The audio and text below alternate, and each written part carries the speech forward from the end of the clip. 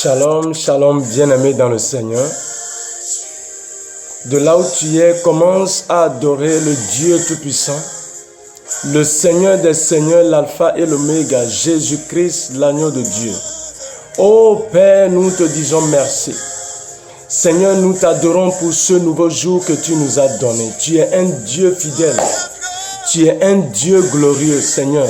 Ce matin, nous voulons te célébrer. Ce matin, Seigneur, je me joins à toute la postérité d'Abraham, à tous les chrétiens, le corps de Christ, tous ceux qui, Papa, me suivent en cet instant même, et je bénis ton Seigneur. Nous t'adorons, nous te louons, bien-aimé. De là où tu es, continue de l'adorer, continue de le bénir, continue de le magnifier. Seigneur, tu es digne de recevoir l'honneur. Au nom glorieux de Jésus-Christ, nous avons adoré le Seigneur. Alléluia. Notre Dieu, il est merveilleux. C'est un Dieu qui est rempli de bonté. C'est un Dieu miséricordieux. Nul n'est comparable à ce Dieu que nous avons. Alléluia. Bien-aimés, bienvenue encore en ce moment de charge matinale. Je crois que le Seigneur donnera une rencontre à quelqu'un ce matin par sa parole dans le nom de Jésus-Christ. Hier, nous avons démarré une série d'enseignements que j'ai intitulé « Les clés pour une percée illimitée ». Alléluia. Si nous parlons de la percée illimitée, en fait, c'est une percée qui vient de Dieu, pas des hommes. Alléluia. Tout ce qu'un homme peut te donner, cela périra un jour. Mais tout ce qui vient de Dieu est illimité. Cela est éternel. Alléluia. Et ma prière pour quelqu'un ce matin est que le Seigneur t'ouvrira des portes de bonheur, des portes de grandeur. Et ces portes ne seront plus fermées au nom de Jésus-Christ. Hier, nous avons vu deux clés très importantes. Nous avons parlé de l'humilité et aussi de garder la parole de Dieu. Et c'est sur ça que nous avons clôturé l'enseignement d'hier. Dieu dit que parce que tu as gardé ma parole, dans le livre d'Apocalypse chapitre 3, le verset 8, parce que tu as gardé ma parole, même si tu as peu de puissance, moi l'Éternel, je mettrai devant toi une porte ouverte que personne ne peut fermer. Alléluia.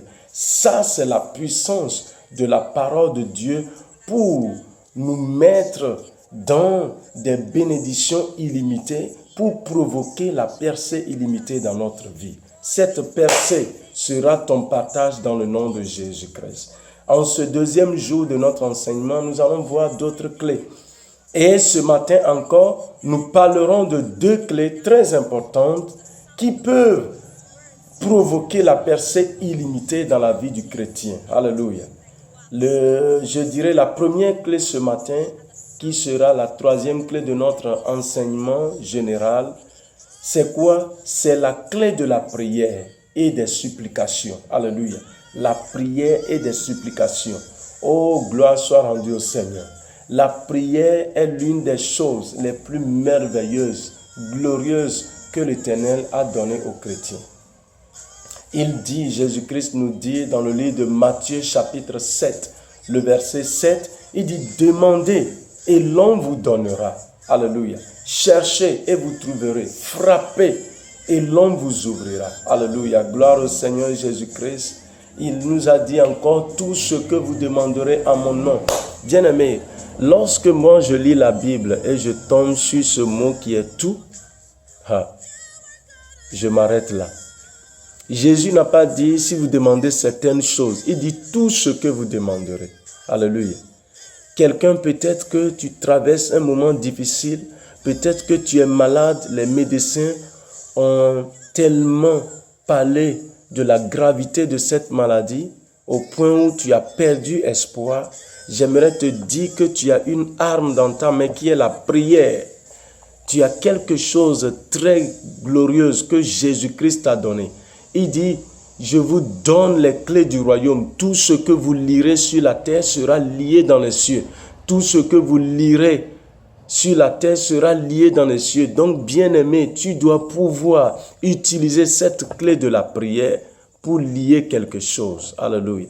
Tu dois pouvoir utiliser la clé de la prière pour lier quelque chose. Tout ce que vous demanderez, demandez et vous recevrez afin que votre joie soit parfaite. Ce matin, je vois l'Éternel rétablir la joie de quelqu'un. Juste à la fin de ce message, de là où tu es, fais une pause, même si c'est 1 minute de pause, demande quelque chose, crie au Seigneur et tu verras qu'une porte de gloire s'ouvrira pour toi, au nom puissant de Jésus-Christ.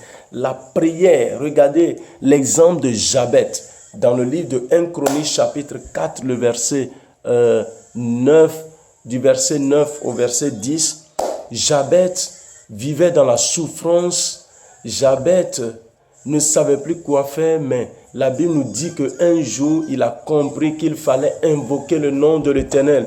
Il fallait invoquer le nom d'Abraham, le nom du Dieu d'Abraham, du Dieu de Jacob, du Dieu d'Israël. Alléluia. Et quand Jabet s'est lancé dans la prière et les supplications, l'Éternel l'a béni. L'Éternel a ouvert de grandes portes pour lui. Alléluia. Ce sera ton témoignage ce matin. Toi qui m'écoutes, dans le nom puissant de Jésus-Christ. Pour terminer, la 4e clé, après l'humilité, la parole et la prière, je parlerai de l'amour de Dieu. Alléluia.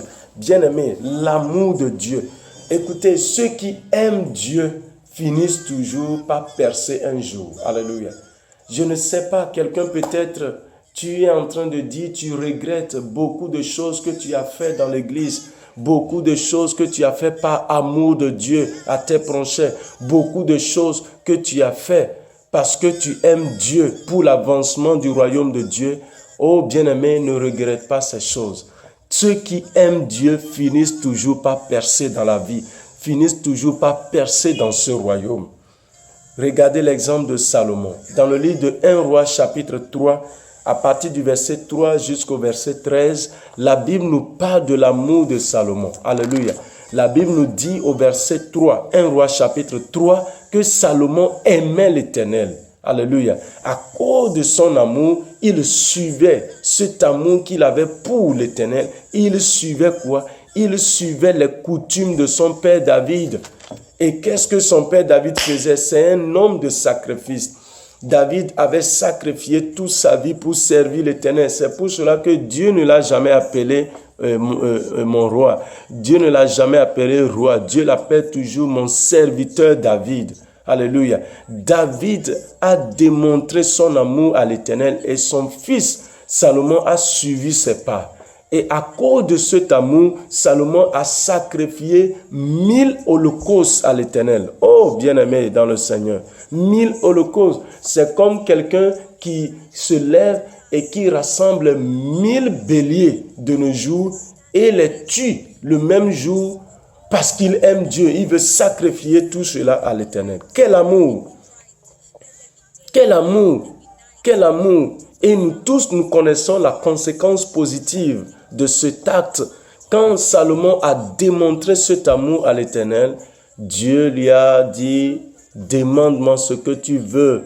Ainsi, Dieu lui a donné la sagesse qui surpasse la sagesse des rois d'Israël. La sagesse qui surpasse la sagesse de tous les autres rois du monde en ce temps. Alléluia.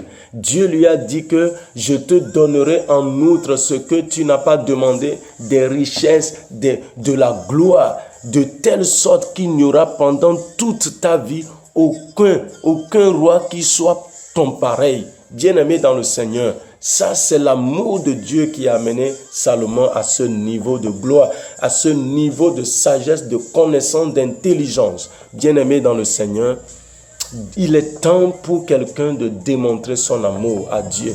Ne le fais pas parce qu'on te demande de le faire. Ne le fais pas parce que. Fais-le parce que tu aimes Dieu. Alléluia. Il y a des moments où les gens nous posent des questions. Moi, personnellement, les gens me demandent. Les gens sont étonnés de certaines choses que je fais pour l'avancement du royaume. Certaines choses que je fais pour le royaume de Dieu sur la terre. Je leur dis que c'est l'amour. C'est l'amour de Dieu. Nous aimons tellement Jésus-Christ. Nous aimons tellement Dieu que nous sommes prêts à tout pour l'avancement de l'œuvre sur la terre. Regardez l'amour que les prophètes avaient dans le temps.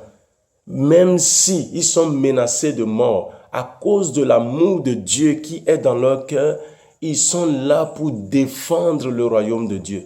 Ils sont là pour défendre le royaume de Dieu. Regardez l'exemple de Shadrach, Meshach et Abednego.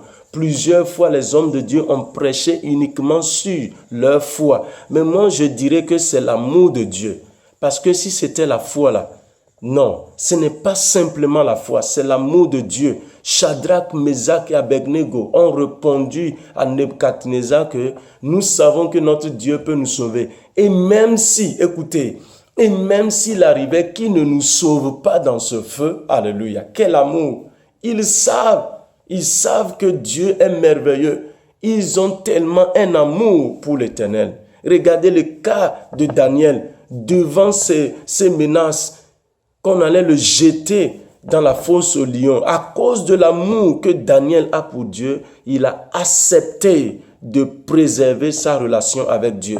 Et il a refusé d'adorer les sous-dieux, d'adorer les idoles. De nos jours, beaucoup de chrétiens cèdent devant les menaces, cèdent devant les persécutions, cèdent devant les tribulations.